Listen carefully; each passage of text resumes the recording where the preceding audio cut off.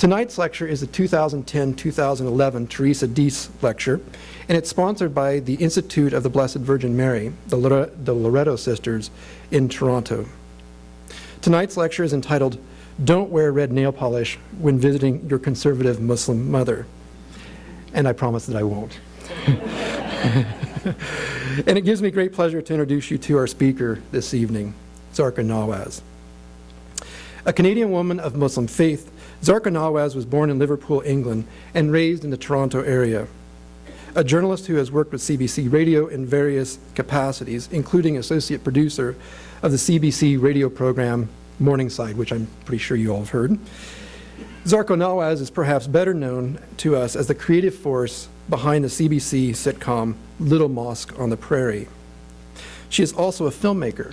In her 1995 film entitled Barbecued Muslims, or BBQ Muslims, it tells the story of two Muslim brothers who were charged with terrorism after a backyard barbecue blew up. I'm relatively new to Canada, and I come from a world where there's only charcoal grills. This idea that you would put little bombs underneath your cooking devices and then light them, I become a terrorist almost. Her feature-length documentary, entitled Me in the Mosque, examined the role of women in Islam. She is a producer who calls her production company Fundamentalism Film, which is all about putting the fun back into fundamentalism. Please join me in welcoming Ms. Zarqa Nawaz to St. Jerome's University.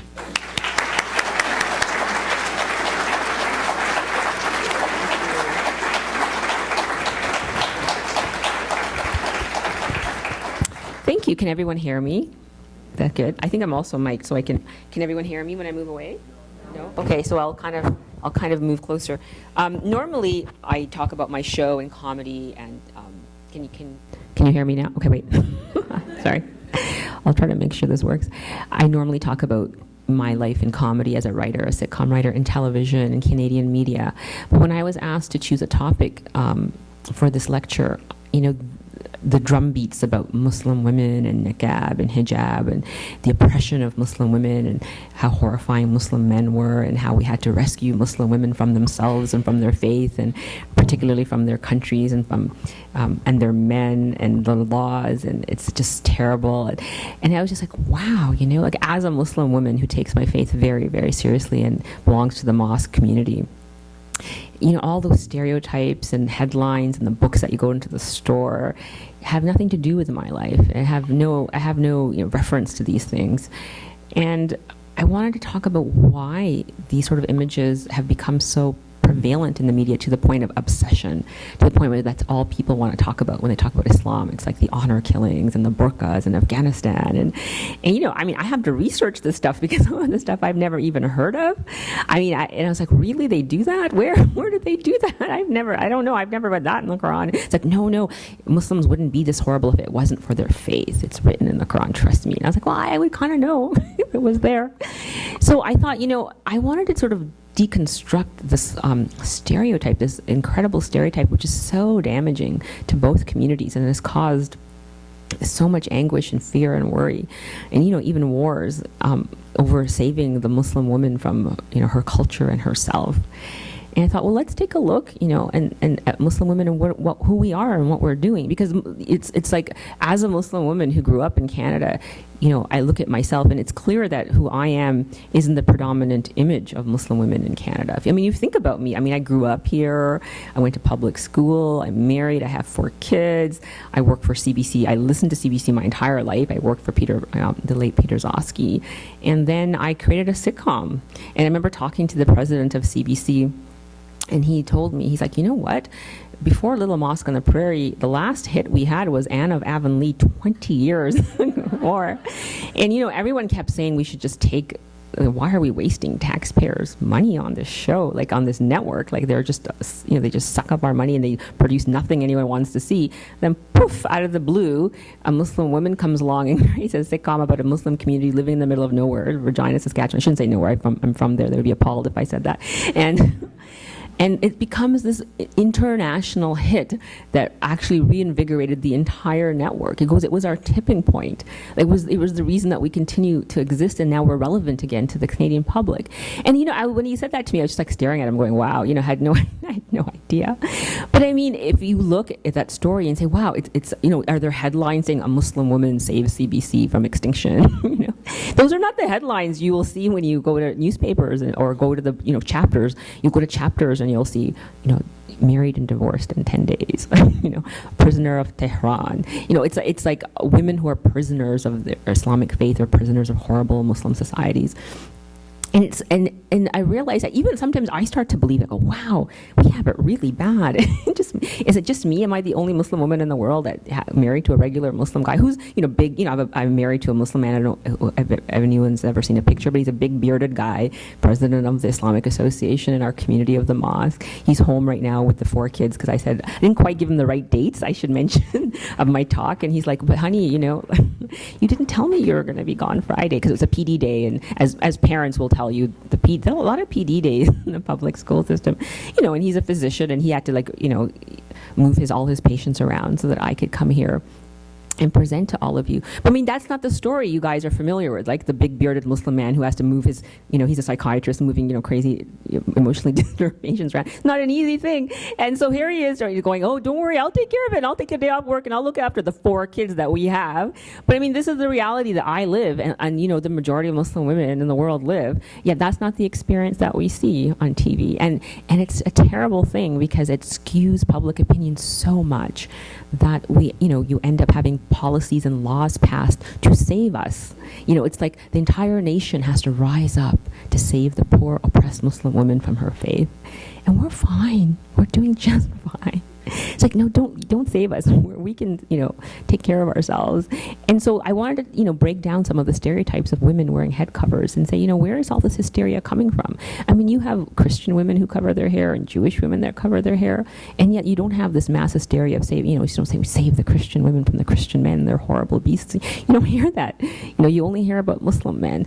So I made a little PowerPoint presentation, my very first, and I'm hoping that you guys will enjoy this. Let's see. So I thought this was a really iconic image for me, right? So it's Mary, in case you're wondering, right? Who holds a very significant place in Islam.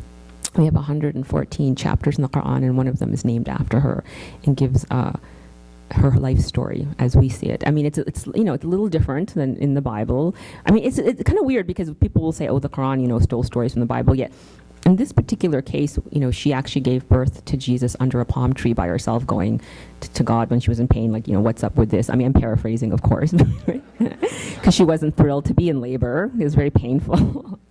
But, I mean, she has a revered, presence in our faith, and we revere her just as much as Christians and Jews do. But I thought, when you look at her, I mean, you always see her head covered, right? And you don't say, oh my God, she's oppressed. Right? You don't say that about her because Christian and Jewish women don't have those stereotypes associated with them. And yet a lot of the belief system is the same when it comes to modesty. So I thought that would be an interesting image to start with. These are Catholic women going to church. For a long time, Catholic women also, covered their hair, and I believe some of them still have to. When you go to Rome, it's still required, I've been told. And these are Mennonite women who still, to this day, cover. I live in Saskatchewan, and I believe it's Hutterite communities that exist there, larger numbers. And it's still part of their dress code. It's considered modest. And I thought that was really pretty from the back. And of course, I thought this was a really pretty slide of nuns running. And so, so when you look at Christian women who cover their hair, you think of, peace and fun and, the flying nun and movies, and, you think good, soft, fun, cushy thoughts about, women. This is a Jewish woman. I don't know if a lot of you are aware, but in the Orthodox tradition, Jewish women are required to cover their hair. And I got this slide from a fashion website for Jewish women if they wanted to wear like more fancier scarves. these are 3 Jewish women. And this is, I had a choice between 2 video clips, and I chose the next one. And it's about a young Jewish woman who talks about how she feels about covering her hair when the time comes. Okay. Is your hair important to you? Not really. Not really? Because it's really beautiful and it looks like you take care of it, so. I have a love-hate relationship with my hair. Some days I like it, but usually it's just a big mess. So then, by covering your hair when you get married, do you think it's gonna take a lot of stress out of your life? A little bit, yeah. I think so. Did you grow up Orthodox all your life? Like borderline. My mom doesn't cover her hair, but I was always sort of brought up and belonging to an Orthodox synagogue. So are you gonna cover your hair when you get engaged? Married, yeah. Yeah, I will. Are you gonna cut it first, or? I don't think so. I think I'm probably gonna keep it about how it is now. So if your mom didn't cover your hair, why are you making the choice to cover your hair? Because I've sort of decided that I want to, if that's what my religion says I should do, then that's what I'm going to do. Do you know how you're going to cover your hair, or how much of it is going to be covered? I actually don't know yet. I've kind of there's lots of things that people I know do. So some wear wigs, or hats, or bandanas. So I've kind of probably might do a little bit of all of that.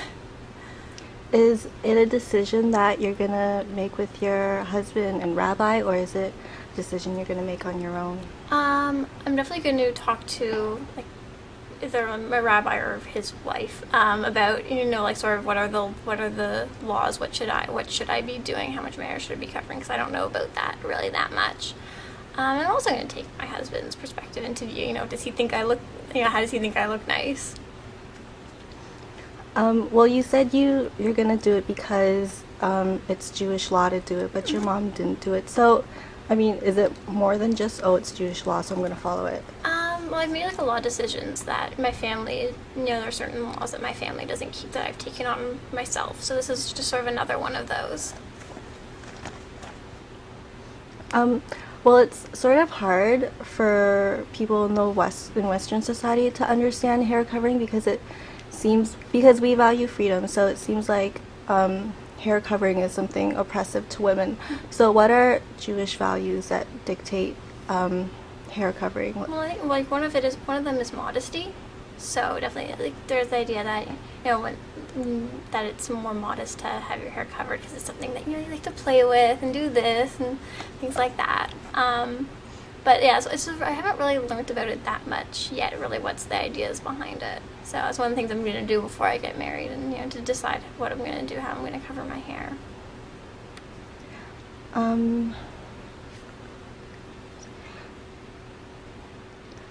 Who are some of the women in your life that cover your hair? Their hair. So I have 2 friends of mine who got married recently, and both of them, and actually 3 now, and they cover their hair, so I kind of look at them and I see how they did it and like that. And also just people I've known growing up who've gotten married, and other married women I know from synagogue or from other places like that. What have they shared about it with you? Not too much. I've learned a lot of the different. I've definitely learned about the different ways you can cover your hair and how expensive, for instance, a good wig is compared to, a hat or something like that. We talk about it, but not that much. When one of my friends was getting married, she'd be like, "Oh, look what I just bought. I bought this new. It's sort of like a pashmina that you can use to wrap your hair." Things like that. And we sort of talk about it like anything else. So you don't really see it as a sacrifice to cover your hair? Me personally, no, because as I said, I don't really like my hair that much. So I'm just like, yeah, whatever. So what do you think you'll be gaining by covering your hair? Gaining? I don't know. I don't know if I'm gaining anything really, besides no bad hair days. Do you think it will hinder you in your profession or anything? I've definitely thought about that. I don't know. Oh, 1 second. There we go. I've definitely thought about that, but I figure if I don't want to make it look like I'm covering my hair, then I can always wear a wig or something like that looks really natural. I definitely thought about the fact that I probably if I'm working in a business environment, I can't show up with like a bandana or my hair wrapped in like a scarf. So I've definitely taken that into consideration. Orthodox married Jewish women who don't cover their hair, are they judged by other women or men who? I don't know. I choose not to judge that much. I try not to judge that much, but I think that some people definitely judge others by judge how religious they are by that. So it's a Jewish law. It's not custom. So yeah. And just like a lot of things, some people do it and some people, and a lot don't. So. Do you think it should be changed to meet modern needs, because you're in a Western society, like that's like it's not a big deal. All my friends do it. If you want to, then you can. It's not difficult. It's not it's easy as putting a hat on. So, and I don't know. I don't think it's a big deal. On your wedding day, is there like a special ceremony that happens with the hair covering? No. It's after basically the day after the wedding, when you leave your house or wherever, you should have your hair covered.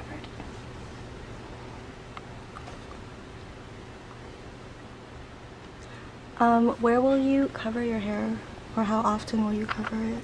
Anywhere in public, probably. So, and like for instance, where you can be seen by men other than my husband or my family. So at home you won't cover it? At my home, no. Okay. So I was researching, and one of the reasons why you have to cover your hair, because it's something very sensuous and it should be reserved only for your husband. Yeah. So, but shouldn't it still be reserved for your serious boyfriend? I mean, if you're not married? There's a very big distinction in Jewish law between being married and not being married. When you're like, when you're dating, things apply and things don't, and being married is the line, basically. They don't want to stretch it out into, things that you only do when you're married shouldn't be stretched out into when you're just have a serious boyfriend, and things that you do, before, and things that you guys don't do when you're married don't need to be stretched down to when it's just a boyfriend. So it's easier to be clean cut like that, I guess. Or else how do you start defining it? So you don't see this as something oppressive to women? No, like for me it's whatever. Yeah.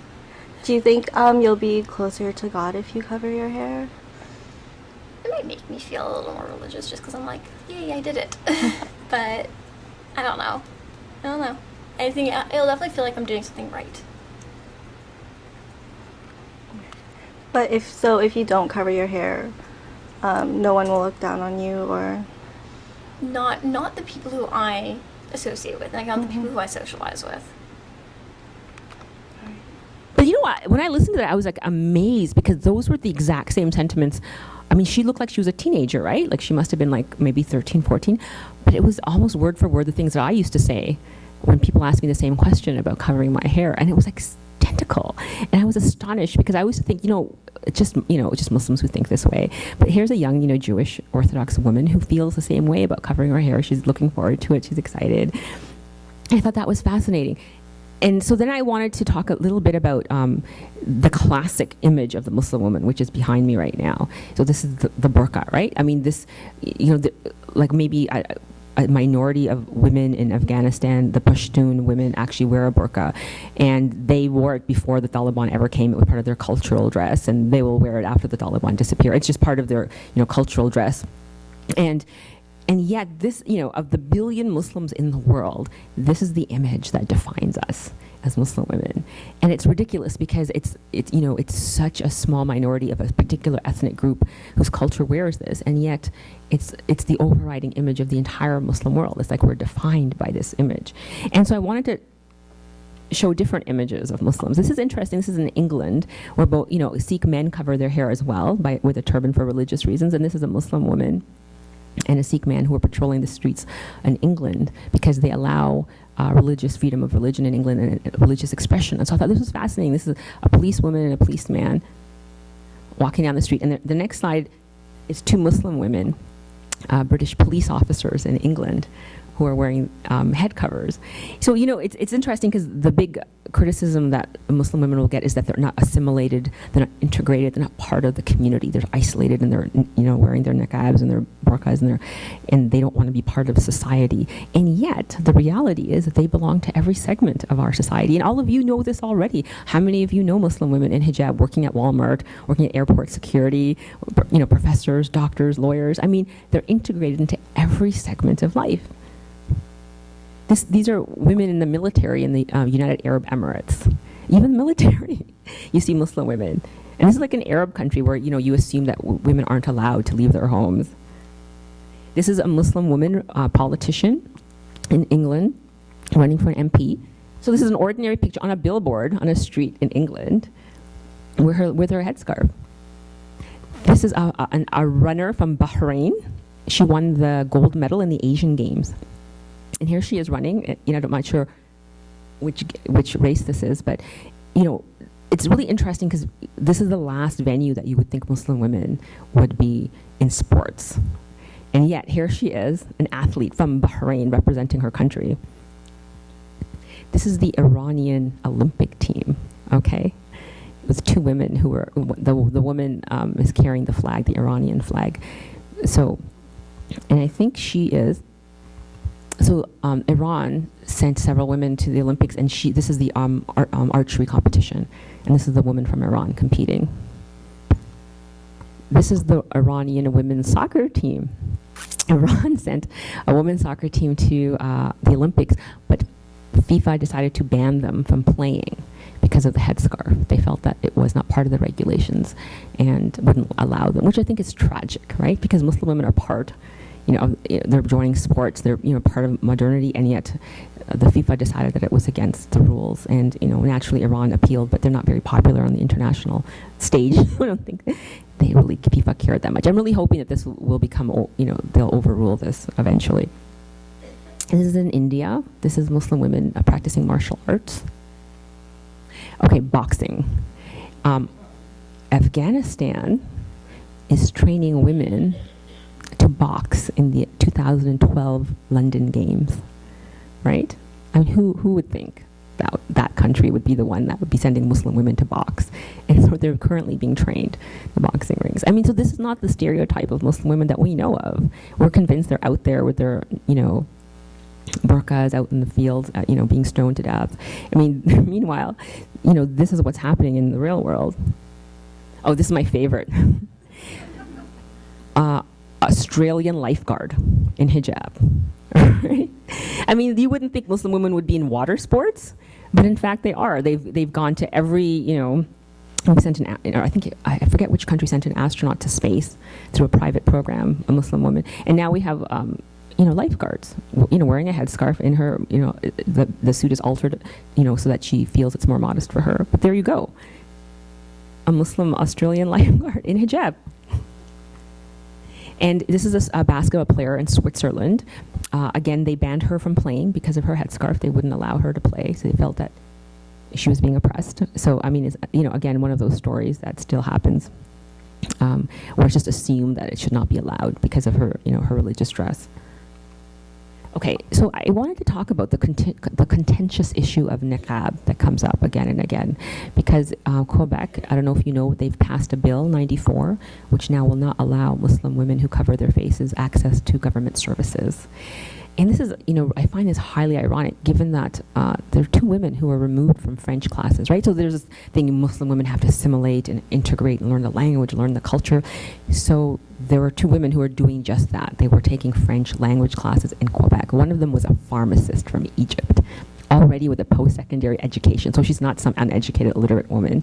She already has a university degree. She's trying to learn French so she can become a pharmacist in Quebec, get a job as a pharmacist, pay her taxes.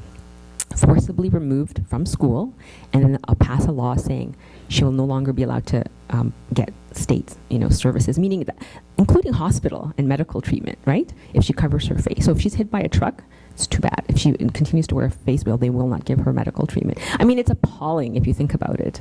It's like if you want Muslim women to, be active citizens in the community, not allowing them to participate in, French classes so they can learn the language. And when they actually counted the number of Muslim women in Quebec who wore niqab, do you know what the numbers were? I think they range from 9 to 25 in the entire province. Like a handful of Muslim women were not even statistically significant in the province, and they have to pass a law. Like I was thinking of all the things you could pass laws about that are necessary, and this is the one that you pass for like a handful of women who may or may not wear it later on. I just find, it very difficult to understand. And I decided that, because I know a lot of Muslim women who wear niqab, and I find because it is such a difficult garment to wear in terms of the hostility that they receive from people. And I must also say they receive a lot of hostility from the Muslim community because the Muslim community feels that it's under siege right now, that people are looking at them and judging them, that because people are afraid of the niqab, that they want them to stop wearing it. So I see this in my own mosque. When women who wear niqab, Muslims will come up to them and go, stop it, stop it. It scares people in the West.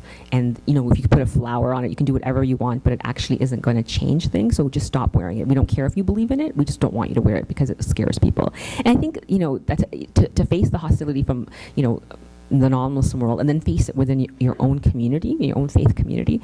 So I thought, well, why do some women choose to wear it? So I pulled a clip from CBC News where they asked a Muslim woman who wore niqab, and it's really interesting because they tend to be the most, you wouldn't think this, but they're the ones who actually are the very strong, articulate, well thought out, tough, strong women. I mean, these are not shy flowers because you couldn't do it if you were. You wouldn't have the guts to do it. Can you imagine going outside every day and being put up with verbal and sometimes physical abuse?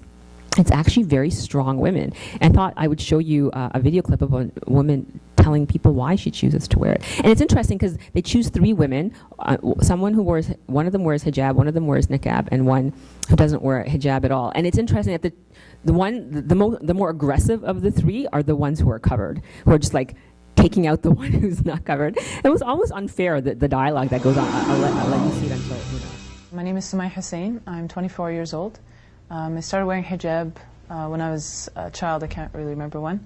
And I wear it because I believe it's something that my creator wants from me. And I also believe it's a benefit to myself. My name is Sonia Khan. I'm 32. I'm originally from Pakistan, and I don't wear a hijab or niqab. Hello, my name is Sheikha El Kathiri. I'm 20 years old. I've been wearing the niqab for 1 year, and I do it to please my creator and as part of completing my faith. Let me ask you straight up, what most people I think would want to know is, why do you feel it's necessary to hide your face? By covering my face, I'm honoring myself, and I'm presenting myself to the world as the sum of my character, as the sum of my personality, my contribution towards society. And it's just a little bit that I'm doing to enable me to go through this path of spiritual discovery. And it's something that I really feel glad and happy, and I feel so wonderful for having done it. And it's just a spiritual choice. Why do you feel wonderful for having done it? It just exemplifies the fact that I'm an honored Muslim woman. I am an honorable woman who has her own opinions. She has her own voice. I have my own personality. I have my character. I have everything that's wonderful about me, the way I contribute to society. And my beauty is a wonderful part of me as well. But I don't feel that I have to display it all for the world. Is that the function of your hijab when you wear it? It's basically a message that says that I would like you to judge me based on who I am and what I do, and it's not based on, the way I look. And people might not like that, but it is a fact that men and women are perceived differently. If I wasn't wearing the veil, for example, to me, a man coming up to me and just chatting me up might be normal, but to me, I might not like that. I'm interested in the concept of it's to make men behave better toward you. Is that what I'm hearing? My covering does not exempt a man from his responsibility as a man to behave himself, as you say, to conduct himself in a morally befitting manner. Just because I cover myself doesn't mean I'm doing it to make his job easier. Let me put to you what Jack Straw actually said. He said communities are bound together partly by informal chance meetings between strangers, people being able to acknowledge each other in the street, or being able to pass the time of day together. That's made more difficult if people are wearing a veil. That's just a fact of life. I don't agree with that at all. I don't feel that just because I cover my face, why is that a barrier for you to treat me as a human being, to relate to me as a human being, as somebody with opinions, with personality, with things that they can bring to the table? You know, Muslim women who choose to dress this way do that because they feel, you know, cover this way, first of all, because they believe that God wants that of them, and they believe that God knows better for them than they know. Does it state in the Quran you're supposed to wear a hijab? I don't yes, think it does. It says directly it does. You She have just to read wear it. a hijab. I don't think there is a clear statement or understanding by a lot of, I think, philosophers of Islamic scholars saying this is exactly what you need to wear. There is no clear understanding on that matter. I think there is a clear understanding. If you read there's a very clear understanding. There's a literally fair, you'll read all scholars saying the same thing, I disagree. No, I didn't say that. A lot of scholars will say... But there is a majority and a minority. But the face can be open. There's nothing wrong with that. The face is not necessary. Do you believe that? I wasn't wearing it before, and now I am. There are people who do believe that the face is obligatory, but I think that it's their choice in the end. Sonny, what do you think the message is when you see a veiled woman? We need to question, okay, I'm living in Canada, I'm wearing a hijab, I'm covering up my face. Am I going to be somebody who will bring people together, Jews, Christians, Muslims? I don't think so. Am I going to be the one who will be a philosopher, bringing new ideas to the table, actually getting people to get involved in the community? I think you'll create more barriers. It's not you, it's them. It's as in the people around you. They're stereotypes, they're perceived notions. All I'm saying is, as a Muslim, you're a missionary at heart. You're supposed to actually attract people towards you, not repel them. Well, let me bring this to you, and this is the English translation of the Quran. Tell the faithful women to lower their gaze and guard their private parts and not display their beauty except what is apparent of it, and to extend their scarf to cover their bosom. Are you not being faithful to the Quran? It doesn't say cover any particular part except for the bosom. So I think it's about the humility of it, and there's no kind of implication of what item do you need to wear. We need to integrate, we need to assimilate, and we need to be able to move from one culture to the other without looking like something out of a different era. I don't think it creates any barriers. I don't think you have to assimilate in all ways. I think you should assimilate in the basic human ways of goodness and helping others, but you shouldn't have to assimilate in your dress, because what is dress? It's just superficial. No, it's not. People always perceive you by what you wear. I'm not talking about your communication. For example, if I'm non-Muslim, I will judge you. I will put a label on you and I'll walk away because how is that our fault, though? It's not your fault, but I think the world has changed, and as a Muslim, you need to represent Islam as an encompassing thing, not an exclusionary thing. You're excluding people in your world. Samaya, you want to say something to that? I think you need to give people a little bit more credit. Like, people are really, they're not that stupid. Like, I mean... You mean the public at large? Yeah, I mean, just because someone's covered up in a certain way, it doesn't mean that everyone is going to see them as someone who's completely weird. But is there discomfort? Can you feel discomfort from people who are not Muslim, who don't understand? If I meet someone who doesn't know anything at all about Islam and has no stereotypes, they're going to be very friendly with me. It's the baggage and it's the stereotypes that make people, you know, defensive and prejudiced and so on. Mm-hmm. I know people are walking, look at me, don't agree with me. That's totally acceptable. How do you know? I know, because I know that the way they look at me. How do they look at you? Okay, there are a few people who give dirty looks and stuff like that. Mm-hmm. I'm used to it. Most people, they're just curious. They don't know, which is fine too. I wish they would come ask me. I'd love to explain it. Essentially, what Jack Straw was saying, and a lot of people are saying now, is, how can I trust you? How can I get a feel for what you're saying if I can't see the entirety of your face? Well, let me ask you a question. How do you get a feel for what somebody's saying when you talk to them on the phone? And we use telephones like constantly nowadays. People use the internet. Do you believe you're equal to a man? Oh, the thing is that I do believe I'm equal to a man. Why don't men wear the same kind of equivalent? If men are equal to women, why is that? Where is the equality? Let's ask, why do you think that is, that men are not required? Presumably God made, we can all agree on this, God made all of us, right? He made my face, your face, a man's face. Why would he require a woman to cover some aspect of herself and not a man? Covering yourself is something that's natural to us. We cover parts of ourselves that we think is not for public consumption. And if people differ on what that modesty is, I think that's totally fine, and I don't see why anyone should have a problem with it. And the issue of equality in dress, I mean, men also have their own dress code that they can't just walk around wearing whatever they want. So if Jack Straw if you were in his office and he said, "Would you mind removing the veil so I could talk to you in the presence of another woman?" what would you say? I would say, I do mind. Why does it bother you that I have to remove it in front of you? Can't you communicate with me as a normal human being? I don't think that the fact that I'm wearing a veil prevents you from communicating with me as a normal human being in a normal way. And I don't see why you have to get me to do this thing, to take off my veil. Perhaps for you it's something that you feel strongly about, or you want me to do it for your own comfort, your own benefit. But I don't think it really is bothering you. I don't think it is. And it definitely doesn't bother me. Sonia, your last word. What do you think about the issue of veils and when someone is fully veiled? I think it's time to question things in life. It's time to think of ourselves not as me, but as a community based on our responsibility as Muslims in a Western world. I think we need to be more responsible to actually improve the image of Islam and be more integrative.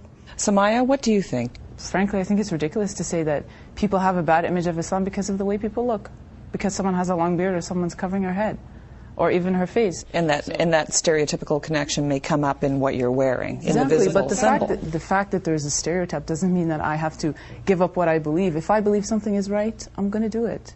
I think people need to accept the fact that people differ.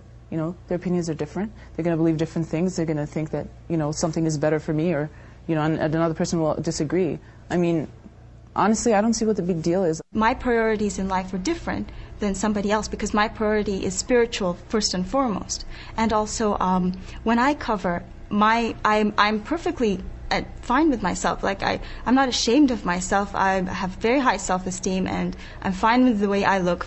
I'm fine with my body, and I just think that if I'm fine with it, then everybody else shouldn't feel badly towards me. I understand your concern, and I'm very, I thank you for your concern if anybody is concerned, but I'm fine.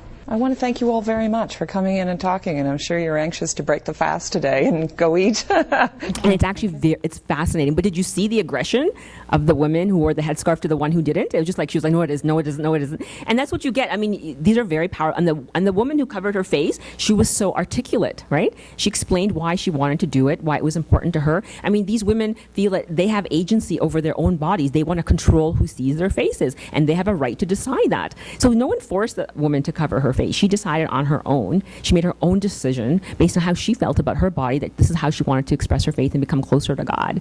So, I mean, it's fascinating to me but it scares people so much, and they're so convinced that they need rescuing. It's a terrible, terrible thing, that I would suggest, and I challenge everyone in this audience, the next time you see a woman who covers her face, go up to her and say, why do you do this? And you would be surprised what they would say to you. I mean, these are not scared, frightened women. These are women who are very powerful and very strong and very determined, like this woman was. She will tell you with no uncertain terms, and you will be shocked. Try to befriend one instead of assuming that they're scary and they're quiet and they're doing something terrible. I think that this is a challenge to everyone, is to overcome your assumptions and stereotypes of what these women are like, because you would be really, really surprised what they have to say and what kind of women they are. And most of them are university students who are going through post-secondary education. These are not like shy wallflowers at home. They are women who are pursuing degrees at university. Okay, so then I wanted to come to the difference between how Islam is practiced and allowed to be practiced in Canada and the US versus Europe. I don't know if a lot of you are familiar that the two Muslim populations are treated extremely differently, and as a result have completely different demographics. In Canada, the Canadian government has welcomed, immigrants by, I mean, we must bring in 250,000 to 300 immigrants a year in order for, to survive, in order to maintain a sort of a stable tax base from which we get our very, rich social services. I mean, this is crucial to the well-being of our country. And, a certain number of them are Muslim and have, my parents were, part of that generation that was invited by Canada to come. My father, we lived in England, and the Canadian government was actively recruiting educated Muslims and, giving us citizenship and the ability to live here, buy homes, get jobs. And as a result, you have a very healthy, vibrant Muslim community that lives in Canada and the US. We are, if you look at, the 2001 census was the last census that came out. Unfortunately, there's a big debate, as you all know, about the next census, which is really, really too bad, because that census in the U.S., we don't know how many Muslims there are in the U.S. because it's illegal to ask that question, but it's not illegal to ask that question in Canada. So we have a clear idea of the numbers of religious people and which, what religions they belong to. So we approximately, I believe, they were between 600 to 800,000 Muslims in 2001, and if the projections continued as predicted, there should be about 1 million Muslims by now in Canada. And the rates of education and employment are on par with the non-Muslim population, exactly the same, if not higher. So we're not ghettoized, we're integrated into the communities. We live in regular neighborhoods with our non-Muslim, compatriots. We are part and parcel of the fabric of North America. So we are not like some sort of scourge on society. However, if we go to Europe, it's a very, very, very, very different story. The Muslim community there were not invited to come. They came as laborers, sort of undereducated, a lower class, and were not welcome and were not wanted to be there, and thus a lot of racist policies were enacted in order to try to get rid of them.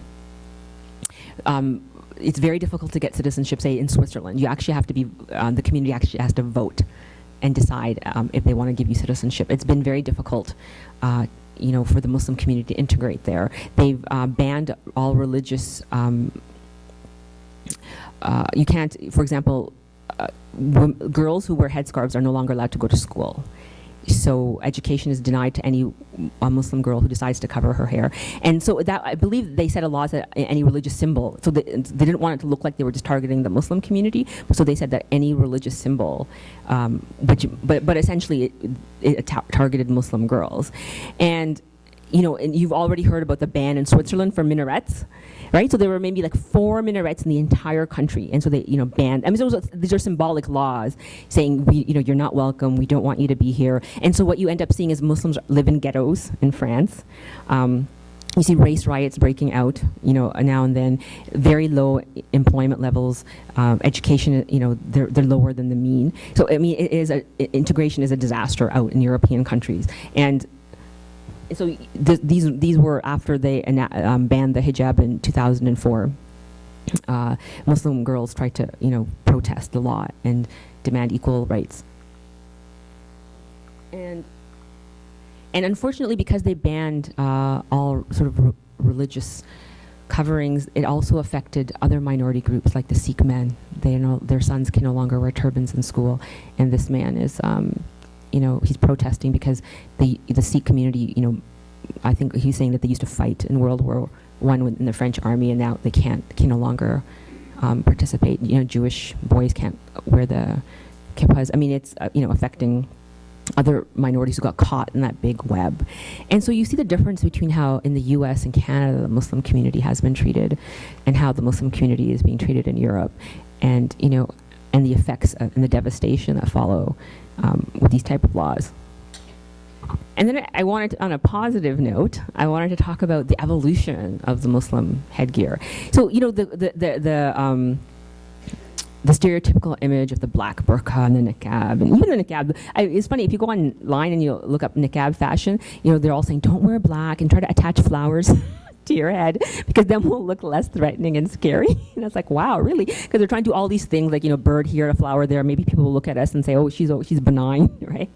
But the poor things. And so, meanwhile, back at the ranch, Muslim headgear is just like going through the roof in terms of style. I mean, you like anything, clothing evolves with time and fashion. And so I wanted to give you a quick update on how the headscarf was doing fashion-wise. This is a magazine. Oh, it's very hard to keep up with the Egyptians. They are on the cutting edge of scarfdom, right? This magazine, I think it comes out like every month. It's entitled Hijab in Arabic, and it's entirely devoted to the hijab. And so you can see, she must be wearing like 3 different types of fabric, and how it's coordinated with her clothing. And it's very difficult to keep up, I must say, like, because, if you see the young girls wearing it and they've got the latest styles and colors, and it's like, and, you don't want to look old school, like, oh, that was like so like 1980s, like lace on your scarf, and it's like, okay. So these are the complicated hijab styles that are starting to come out now. And it's happening all over the Muslim world, not just, in Egypt, but so I thought I'd show you some pictures from other countries. They're so complicated that they come out with diagrams, like, so with numbers. I think this is that German? Dutch? So this must be from, a European country. And so I actually sometimes sit there and figure out how do I do this? Like, you kind of, you go through the step-by-step diagrams, because they're so complicated. And, because you can't do this on your own. Okay, now I have to come to the veil designers. They actually have veil designers now.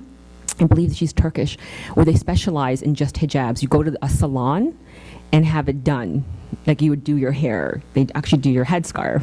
And girls have this done, women have this done for special occasions like parties or weddings or graduations. And they actually have to have it done in advance, like what type of headscarf, what type of jewels, what type of colors, so that the day of they'll be ready. And these are incredibly elaborate. It's more complicated than hair.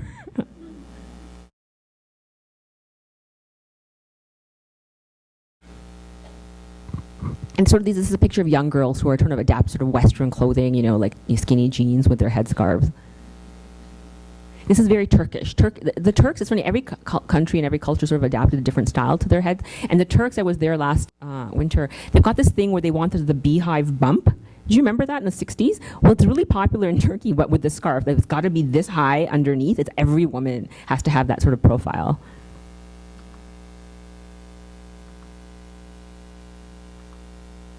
And so before we get to that slide, so what I wanted to talk about was what happens when we become so obsessed with sort of one religious group to the point where we start viewing us against them.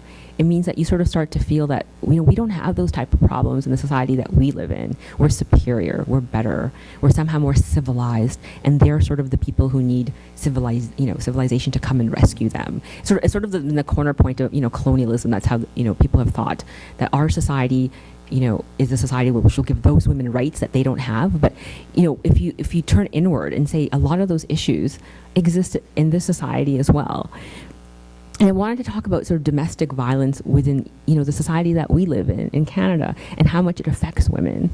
I mean, if you read the newspapers, you will hear stories every week. I believe the statistics are 1 to 2 Canadian women is a victim of domestic violence, every week in Canada. And these are the stories that we watch or look in the newspaper, and yet somehow, they're just kind of there, but that's kind of a problem, but it's not the problem. The problem is over there with them, but we're okay. We're doing fine.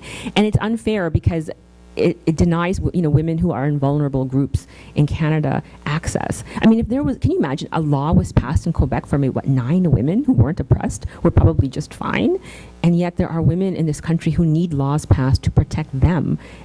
Single moms, women, so lower socioeconomic demographics, Aboriginal women who are suffering. I mean, there's so many different types of women in Canada that need help, that need laws passed, that need funding, that need money. We need women's shelters and, shelters for battered women, which are not full of Muslim women. If you go and volunteer, like I had a friend who volunteers at a battered shelter, there are white women who are beaten up and killed by white men. And yet, it's this perception that this problem doesn't exist, or it's not our problem, or it's not a big enough problem.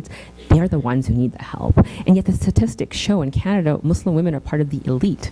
We are, in terms of employment and education and social stability, we're on par with the general population, which means then we ignore the people that do need help. I mean, if we spent as much political oxygen fighting for those women that actually need help and need the money and the funding and the support and the laws and the policies, it would be far more useful, I think, in this country than focusing all our attention, on this sort of phantom problem somewhere else. So that was sort of the take-home message that I had, slides. Women, and what I'm going to do is end off on a kind of a comedy note.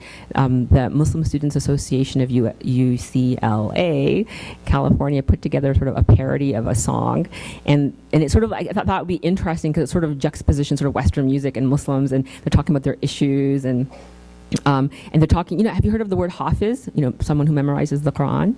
So they're talking about, being a hafiz. And I thought it was really funny, and people don't see. If you go on YouTube, you see all these Western songs being parodied by Muslims, talking about their issues in a sort of a comedic way. So I thought we would go to that. I should have been a hafiz.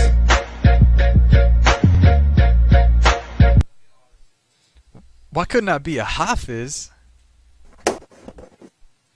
Why couldn't I be a hafiz? I is a hafiz. Assalamu alaikum. Pakistani Hafiz being a bad rep lately. Hafiz just want y'all to know, we ain't all that bad. Akeem Salat. Wake up in the morning feeling like a Sahabi. Hello, Put my kufi, I'm out the door, I'm gonna hit this city. Hurry up! Before I leave, brush my teeth with a brand new miswak. Cause when I leave for campus, I ain't coming back. I'm talking chilling with all the bros, wearing the same clothes, 4 days in a row. Can't find no brothers' bodies, sisters walking in the lobby, can't be touching those hijabs.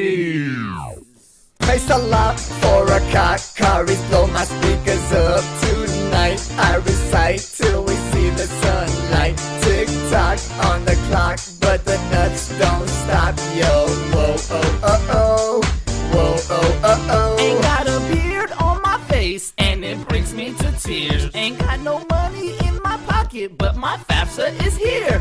Now the other MSAs are trying to copy our swagger, but we don't like to talk because we hate being braggers. I'm talking about sisters coming through the door. My gaze drops to the floor. Can't take this anymore. Now these airports kick us out, or FBI shut us down, or FBI shut us down, FBI shut us down. Praise Allah for a Karis, blow my speakers up tonight. I recite till we see the sunlight. Tick tock on the clock, but the nuts don't stop. Yo, whoa, oh. My beard don't grow, I have patches. I fill them in with a Sharpie. With my hands up, I make dua so that my face will be hairy. My beard don't grow, I have patches. I fill them in with a Sharpie. With my hands up, with my hands up, with my hands up. Now the football don't start till I walk in. Praise Allah for a Karis, blow my speakers up tonight. I recite till we see the sunlight. Tick tock on the clock, but the nuts don't stop. Yo, whoa, oh. Praise Allah for a Karis, blow my speakers up tonight. I recite till we see the sunlight. Tick tock on the clock, but the nuts don't stop. Yo, whoa, oh. I love hippity hop. See, I wanted to end it off on a more positive note. I thought it was kind of funny the way I'm not sure if some of the dialogue got lost, but they were talking about prayer and beards and FBI and the whole women issue. There's like a whole bunch of different things. I thought it was a nice juxtaposition of their Western music and Islamic ideals, and kids who are trying to do both and live in both universes. And there's so much of it now on the internet. There's like a competition between MSAs of all these universities who are trying to one-up each other with music videos. It's like this new genre of entertainment. But anyway, that was my presentation, so I know that you guys must have questions. So.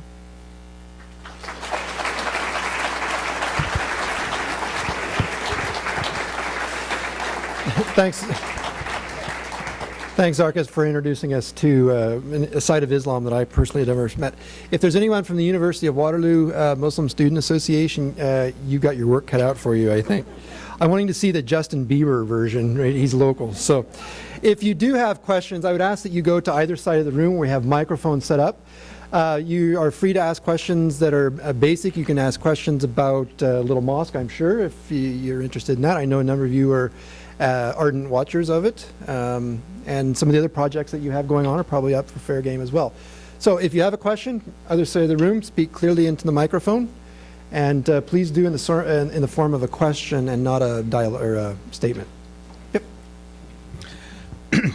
The impression we have in the West, especially from our media, is that there are Muslim states, Muslim countries in the world where Muslim women are being oppressed and are being forced, right, to wear veils, head coverings, burqas. Is that true or not true? I would say there's probably only two countries, Saudi Arabia and Iran, and most Muslims. And where else? In Egypt, I don't think they're forced to wear it. I don't think it's by law. I think in Saudi Arabia for sure, in Iran, I could be wrong about Egypt. A lot of women are taking up the niqab in Egypt voluntarily. And what I would say is, given that there's 1 billion Muslims in the world, Muslims would generally say that we have freedom of choice, and it's wrong. And it shouldn't be done. And hopefully there are complicated reasons for that. Politics, a lot of these countries don't have democracy. A lot of them, hide behind religion to prevent mass uprisings. I mean, it's so complicated, it's hard for me to go into, and this isn't my specialty, but that's what I would say. Yeah. Yes.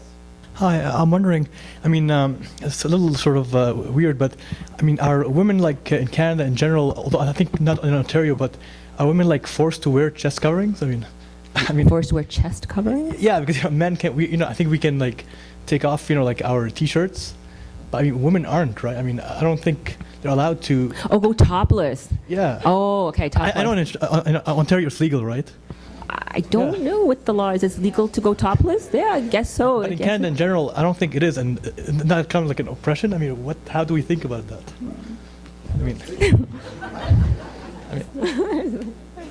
I would encourage all of you to keep your tops on, personally. It won't offend me if you want to take your top off. I really don't care. I think women really, honestly, how women dress is a woman's issue and should be left to women. I don't think men should even comment on women. I don't think, especially Muslim men, I think should just butt out, should just let women decide if they want to wear hijab, if they don't want to wear hijab. It's a big issue. I think in our community, we've become obsessed with it. I think it's terrible. I think if a woman wants to wear it, she should be wearing it. She shouldn't be judged for not wearing it, and sometimes they are, which is not fair.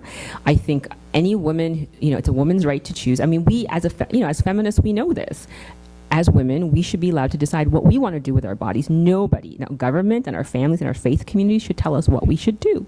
And and unfortunately, for whatever reason, men of all faiths have this thing about controlling women, and have done it through centuries, through organized communities, through organized faith groups, and it's wrong and shouldn't be done. And as a Muslim woman, I'm against that. I was just wondering quickly, how much of it was based on logic and how much is based on culture? Because in most, say in the U.S. and most of Canada, it's not allowed, to take off for women. But it's like we say, okay, well they should, But what's the minimum standard for dress? That's what I'm thinking. It's like based on logic. I think it should be up to women. I think women should decide what they want to do and what they're comfortable with. I don't think we should be dictating those So those terms people who them. say we should tell them to do this or that, we should maybe support laws first to allow women here to take be the same dress as men, be taking off their. I don't think we are, as Canadians, I don't think we're as obsessed with other people. I think just women should be allowed to dress as they choose, and women are smart enough to figure that out on their own. Yep. The other side of the room? Oh, sorry. Yep. Thank you very much for your presentation. It clarifies a lot of things that I read in our local newspaper yesterday. There was a story about you in our local record, and I just wanted to set the record straight by asking you directly. Did you say what the record said? What did it say? Exactly. Well, it very clearly, at least to me, gave the impression as if you are one of those oppressed women who wants to take off her hijab, but you are afraid that your community is going to judge you, and that is why you wear your hijab. So, oh no, I think that's true. I stand by that. Yeah, I believe that. I mean, the mosque is a very important part of my life. My kids go there. I've been there my whole life. I still go to Halakha. My husband, as I mentioned, is the president of the association, and it's huge. It's a big part. I mean, I created a show, Little Mosque on the Prairie, and there is, unfortunately, like, you know, in many faith communities, judgment of women who choose not to wear the headscarf. And it's, you know, I've worn it for 30 years, and my reason for wearing it has changed over time. You know, when I was a kid, when I was 13, 14, I was very committed, like, this is what God wanted me to wear, and this is what God dictated, like, you know, just like what you saw on the tape. And, you know, over time, I've changed my opinion about it. It's important in my life. Still important? Is it your own decision still? No, it's always been my own decision, but I also realize the reality of it. If I want a say in mosque communities, like, you know, like most faith communities, there's sexism, you know, practiced in communities, and if you want a say in it, then there's a certain legitimacy that you have if you wear it versus if you don't wear it, and I recognize that. And so to me, being part of that change is important. I don't know if any of you I made a documentary called Me in the Mosque about, I was inspired by a documentary called Half the Kingdom. It was a Jewish woman made a documentary about separation between the sexes in Jewish synagogues, and she was questioning whether or not the faith actually, you know, prescribe separation, and then Muslims do the same thing in our mosques. And then if you go back to the 7th century and you see that there was, you know, women and men prayed in the same hall without these physical barriers that we have today that are so, you know, Muslims become obsessed with the separation of sexes. And so I made a documentary saying, why is it that we've, you know, that patriarchy sort of reinforces itself by using religion to support itself when it doesn't actually exist in the faith? We kind of mix tradition and theology. And if you want to deal with those issues within the mosque community, you have more legitimacy as a woman who wears a headscarf than if you don't. So that's part of my reasoning. So yeah, I do stand by that. Yeah. I have a question about the head covering that where you just shows the eyes, and I'm not familiar with the names. Is that the niqab? Niqab, yes. Do you think that there are any possible social situations where it would be important to see a person's face? Yeah. I mean, for security reasons, and women in niqab will take it off when they, you know, if they're required to vote, or if they go passport situations where they're crossing a border and the guards need to make sure that it's identical. Yeah, they have absolutely no problem with that. They realize that that has to be done, and they're not stubborn about that at all. And it's, you know, it's an important issue, and they are completely cognizant of that. Yeah, for security purposes. Yeah, they know that. Yeah, okay, because that's one of the impressions that I had, was that there was some issues with that women... No, I mean, I remember there was a big thing that they made that when Muslim women voted, that they would be a special female there to, you know, they could vote separately, but they actually said we never complained about it. We would take off our face veils and show the, you know, our identities have to be known in order for us to vote. I mean, just remember, like, we're talking an extreme minority of Muslim women in Canada that do this. Like this is not significant, statistically significant number of women, like 25 in an entire province, and you have to pass a law denying them, you know, rights to have state provisions like medical health care. Like, really? I don't know. Sorry. Yeah. Thank you. Oh, can you hear me? Yeah. Perfect. So thanks so much for coming in today and sharing your thoughts with us. I really appreciate it, and I think so do the other folks in the crowd. So my question today is around the future. So where do you see, you spoke a little bit today about how sometimes Muslim women who are wearing hijab or who are covering their hair are being prevented from being integrated as well into society as they could be? How can we as people in this room today help integrate them better into our society? And where do you see the future for not only Muslim women, but other similar minorities going in the future within North America? I think Muslim women are already integrating themselves. If they're left alone and laws like Bill 94 in Quebec were not passed, that woman who is taking French language classes would have learned the language, would have become a pharmacist, and she would have, whether or not she stayed wearing niqab, I don't know. I mean, a lot of my friends who wear hijab after, a certain number of years, stopped wearing it for various reasons, lack of conviction, just hijab fatigue, and a lot of my friends who wear niqab actually, yeah, it's true. I mean, it's tiring, like, representing your community every single day. Sometimes you crave anonymity. You just want to go shopping and just come home and answer questions about honor killings. I don't know why they do that. Like, don't ask me. I'm not there. It's every single day, all the time. And so women who wear niqabs, some of them get fed up with it and graduate down to the hijab. And so what I'm telling people is just leave them alone. They'll make their own choices and they will integrate on their own, and they always have. But the moment you do what France did and say, now you can't go to school, can you imagine? Like, if you're already someone who comes from a community that, like if you don't want to go to school now, what if these girls don't go to school anymore? What is their option? Staying at home, private religious education, less standards of education? What France is doing is they are setting up policies that perpetuate the very radicalism that they are trying to eliminate, right? That Canada, has never made those same mistakes. Little girls go to school, wear it. Maybe they'll wear it later. Maybe they won't. Most of my friends actually gave up wearing it. As I mentioned, scarf fatigue. Not that I'm encouraging women to give up. I'm just saying, when women have their own choice, they'll do what they want. But the moment you say you can't, or you have to wear it, or you can't wear it, that's when you start creating sort of these radicalizations. Yep. I was wondering if you could comment about Sharia law. Several years ago, the Canadian government was asked to recognize Sharia law, and I'm not sure how it's viewed by all these educated women, or if it's just... It's interesting because faith-based arbitration existed in Ontario for Jews and Christians before Muslims, before the whole drumbeat of Sharia. So Christians were allowed to have it, and Jews were allowed to have it. But the moment somebody, Muslim, asked for it, it was like, oh my God, if we let them have it, that's it. The beheadings will begin, this will begin, the stonings will begin, women will become oppressed under the law.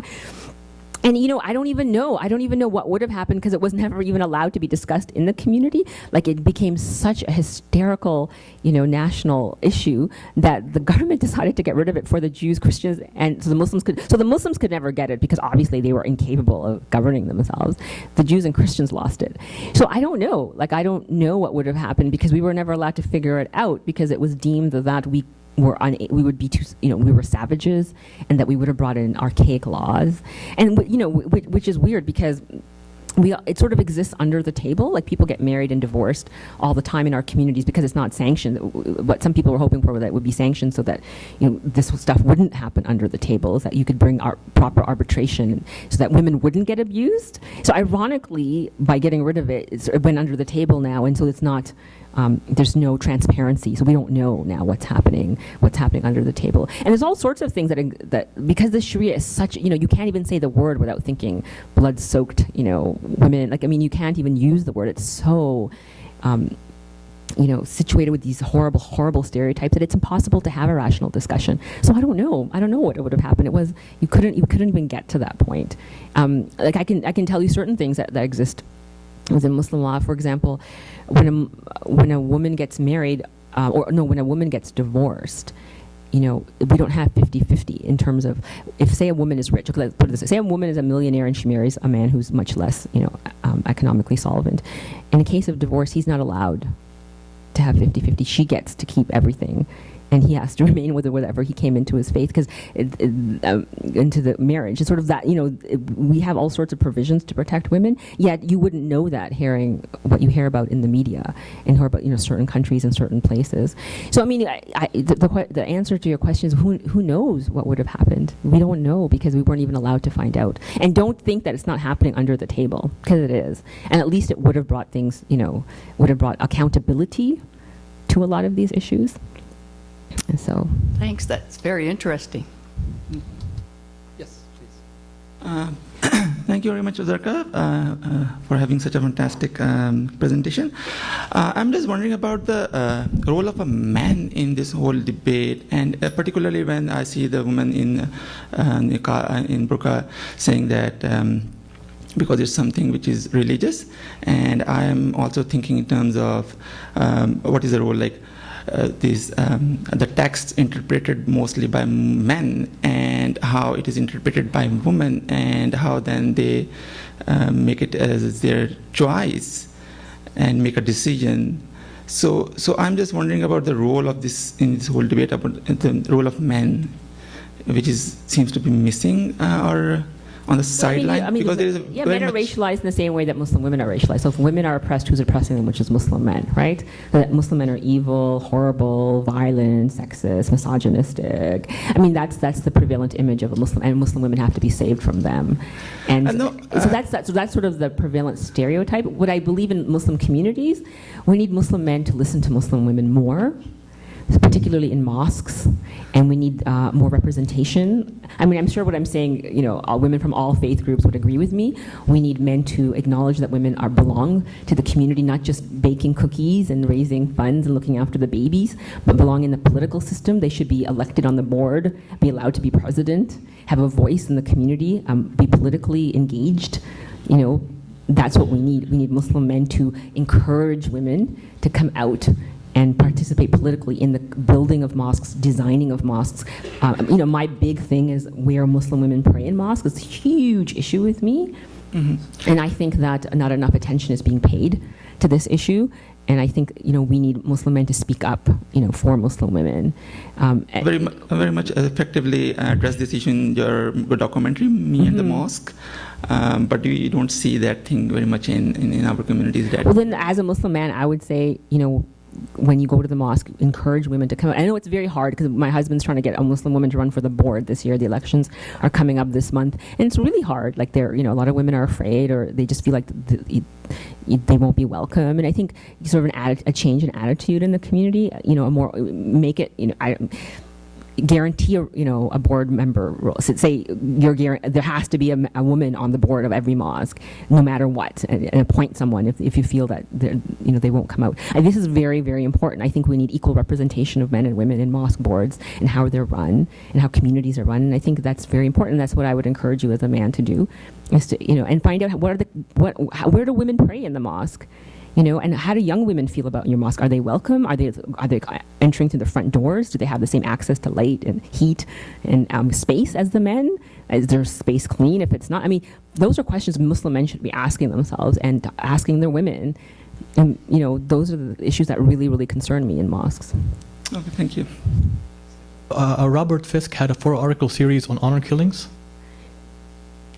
I'm wondering, when we hear about honor killings, how much of it is in the traditional ethnic culture, and how much of it is from Islam or interpretation? Well, no, it's all obviously culture. I mean, there's nothing in the Quran that says you should, kill a woman because she's insulting your family's honor. I mean, it's ridiculous.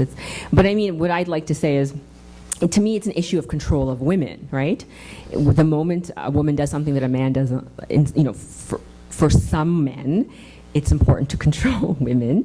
So, for example, if a white man gets jealous because his wife wears a short skirt or does something that he disapproves of, overcooks a steak, and decides that, he gets enraged and kills her, that's considered an act of passion or domestic violence. But when a Muslim man does the same thing, that's an honor killing. As if to the woman it mattered, right? As if a white man goes up to the woman and says, "Well, I want to kill you, but first I'll give you sleeping tablets, and gently in the night I'll put a pillow on your head so you'll never." As if they sanitize their killing and do it very civilized way so that white women won't mind as much, right? That doesn't happen. I mean, killing is killing, murder is murder, right? A white woman, if you asked her, as Muslim women, neither one of them want to be murdered by anybody.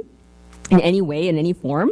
It's a terrible thing, and it happens, unfortunately, in this country, as it happens in other cultures and countries too. But this attitude that we have is that type of killing is kind of worse than this type of killing is ridiculous. It's like Muslims saying, "Oh, those Catholics and the sexual abuse of little boys, it's terrible. It must be something in their faith that causes them to abuse little boys. We would never do that." Maybe someone should save them from their faith because they're so sexually depraved. I mean, how would you feel, right? Like, you would say, oh my God, that's terrible. I mean, there's very complicated reasons, right? But when it comes to Muslims, like, it's kind of white and black. Well, it's because they're evil and depraved and uncivilized. That's why they kill their women over there.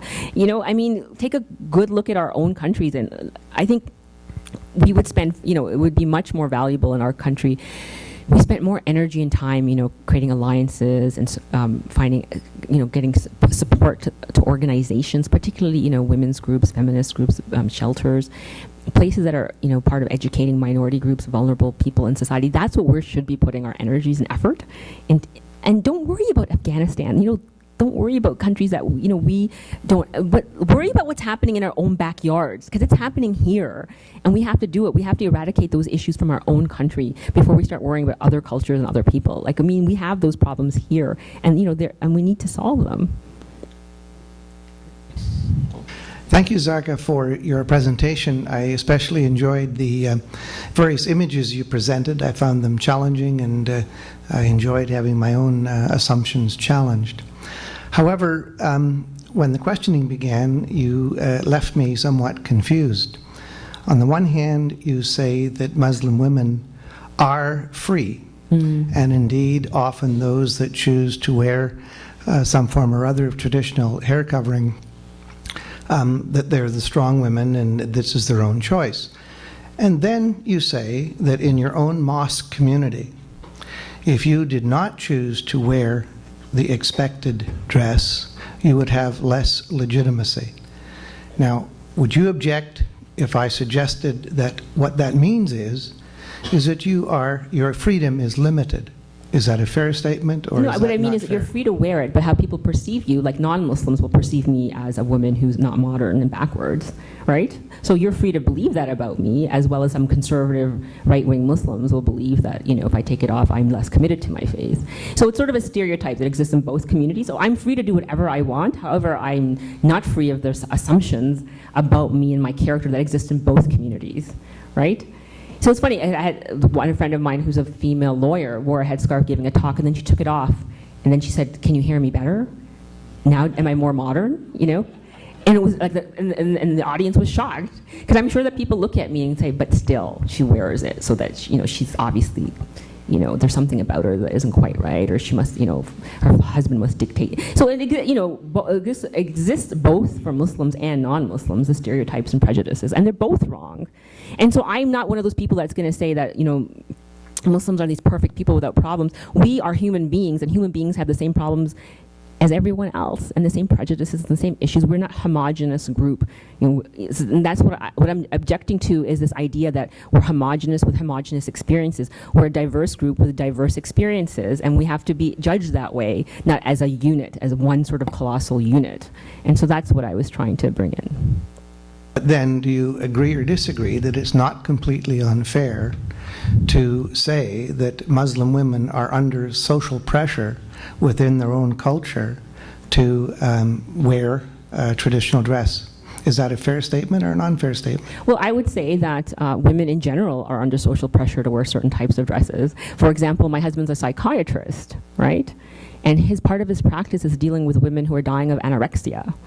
And so somehow social pressure and white society as making these white, 13-year-old teenage girls no longer eat. So he's trying to desperately keep them alive on IVs, trying to tell their parents that they're not going to make it because they're beyond rational thinking now.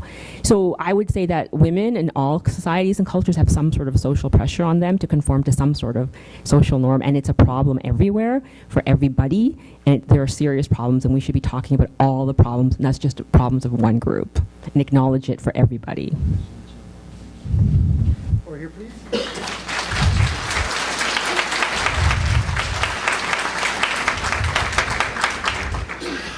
I think there's an excellent lady in this room who would qualify as a board member.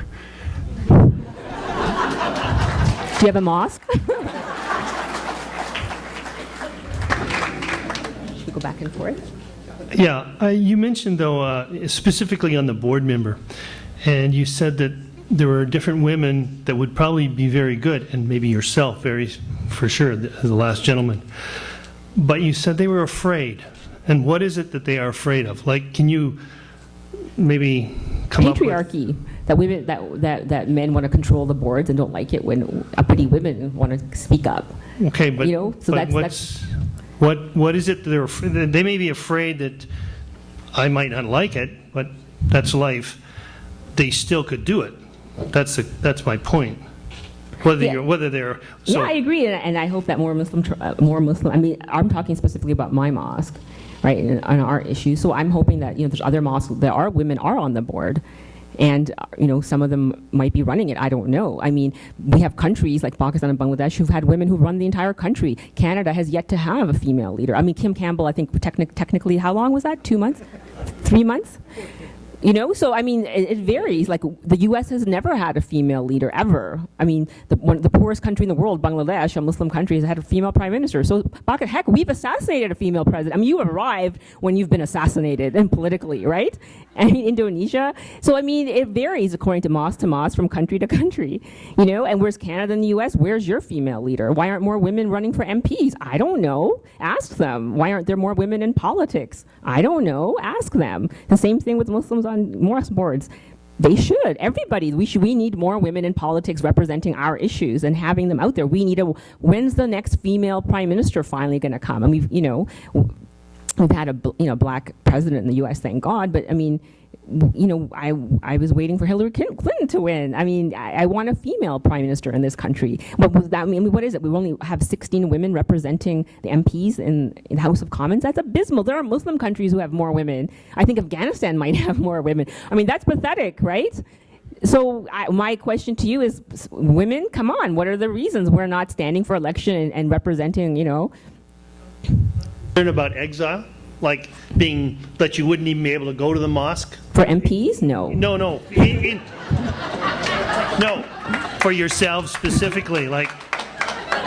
No, there's no fear of exile. So you could definitely go whether you did or didn't. Oh, yeah. It's like not something like, if you're going to be what is it? Shunned. That was one of the phrases. No, I believe that we don't have a tradition of shunning in our community.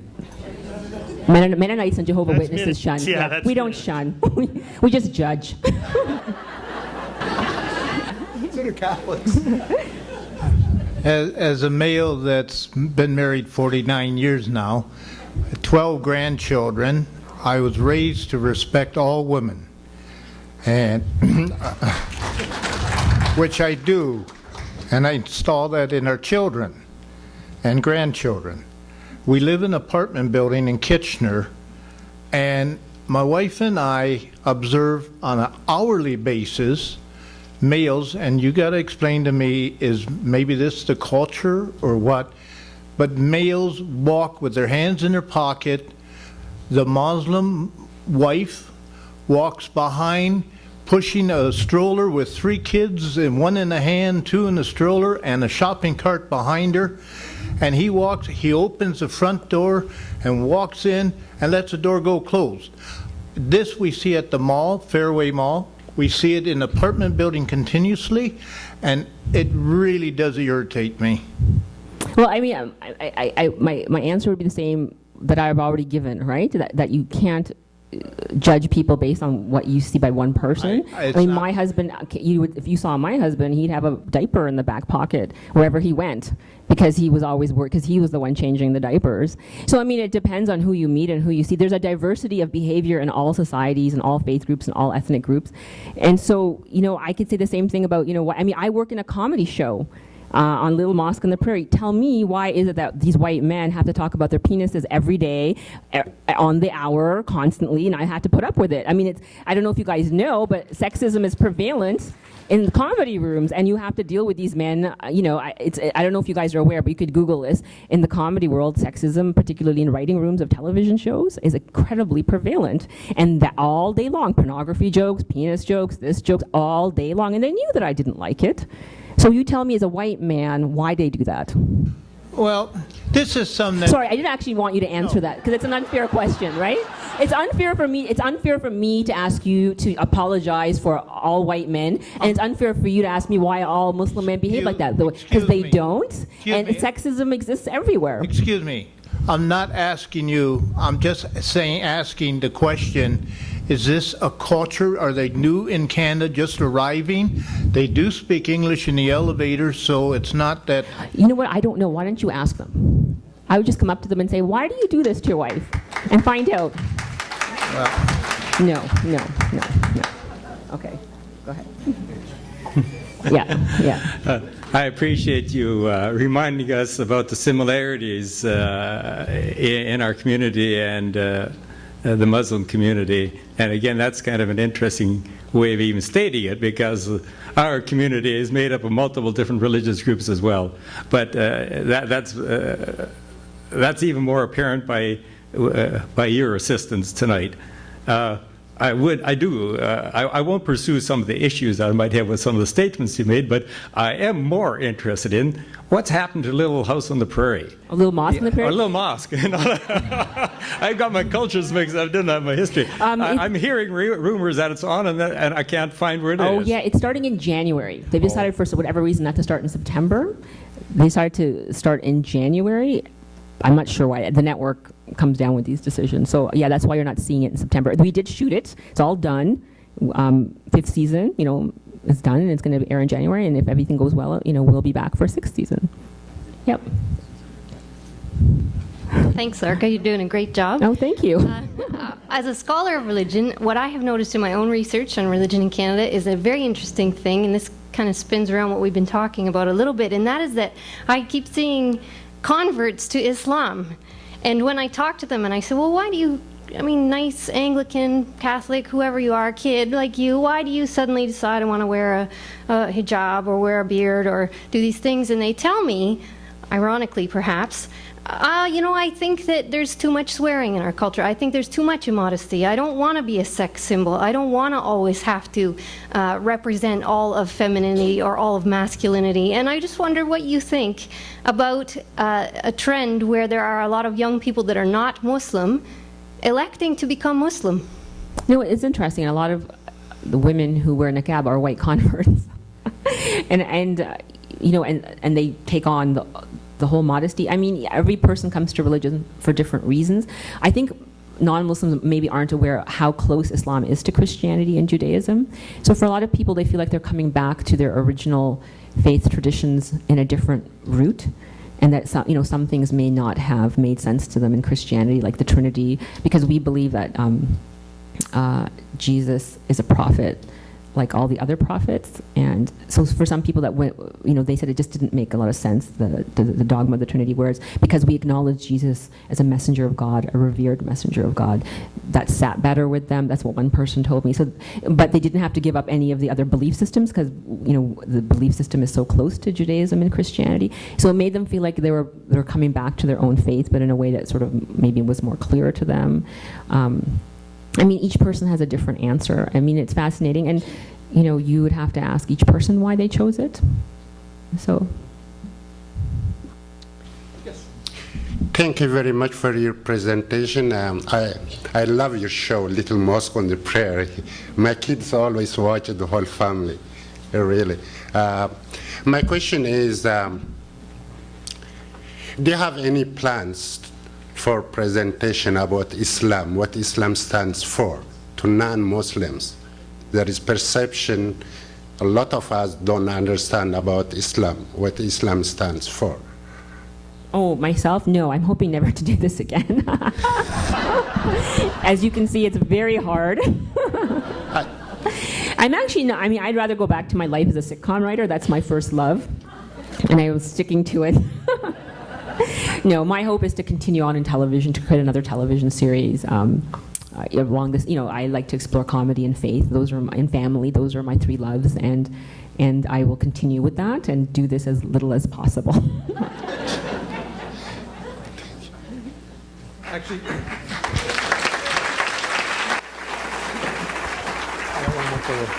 so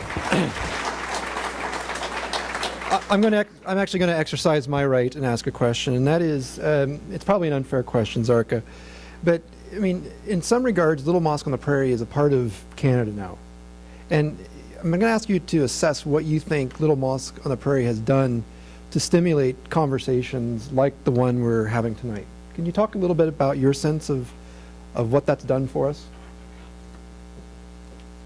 You know, it's interesting. I didn't actually create the show to dispel stereotypes. I had made a documentary called Me in the Mosque, and so my mind frame was about Muslim women in mosques and imams, and what would it be like for Muslims if our imams were born and raised in Canada, understood the culture here and the young people here, as opposed to say, because we don't really have training facilities in North America yet. I mean, in the U.S. more so than Canada for imams. And so when the NFB sent me to the Banff Television Festival to talk about the documentary, that was the place actually supposed to pitch television series. So I thought, since I was going there, I didn't want to waste my time. And so a friend of mine gave me a template of how to pitch a television series. So I took the sort of the characters in my documentary and made it into a sitcom.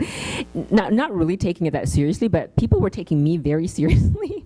In retrospect, I didn't realize how hot the topic was, and when I talked to Anton Leo, the head of CBC Comedy, and he was like, it was like Islam and Muslims were in the zeitgeist, but no one had sort of captured it in a way that you'd captured it and brought it home and made it into sort of this funny sitcom. And it was sort of perfect. It was like, you could bring all those elements, the questions that people asked about Islam, and then every week it would be a different story.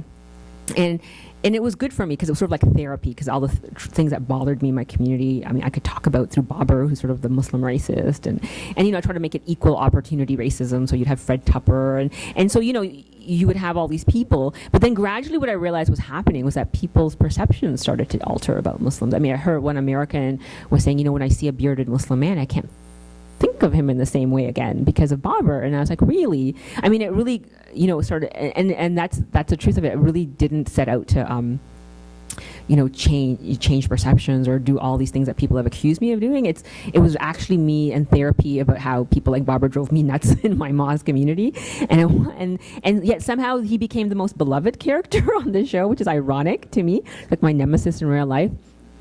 And so, and yet, 60 countries from around the world watch this show. And I think what it's exporting is sort of the success of multiculturalism and religious tolerance in Canada, because they don't have it in Europe. And they watch it with utter amazement because of the disastrous states that their communities are in. And we don't realize that we're actually exporting our Canadian culture to these countries and saying, this is how Muslims live in Canada. Because whenever I attend a European conference and they give us statistics of how poorly the Muslim community is doing, and then the American and the Canadian will stand up and say, well, actually, our stats are fine. We're part of the Canadian elite or the U.S. elite. Economically we're fine. We're not ghettoized. Or academically the kids are doing well. We're in the upper range of employment. And they look at us and go, how do you do that? How do you guys have a community like that? And then, and sort of a way of exporting sort of religious tolerance and freedom of faith and religion, and how you can have healthy, diverse, multicultural communities, and how it works. And it does work so well in Canada. And that's what, my take-home message is, let's not ruin it by being afraid and passing laws and thinking of the other, because we're all doing just fine here in Canada, and it's working, and I would like it to continue to work this well.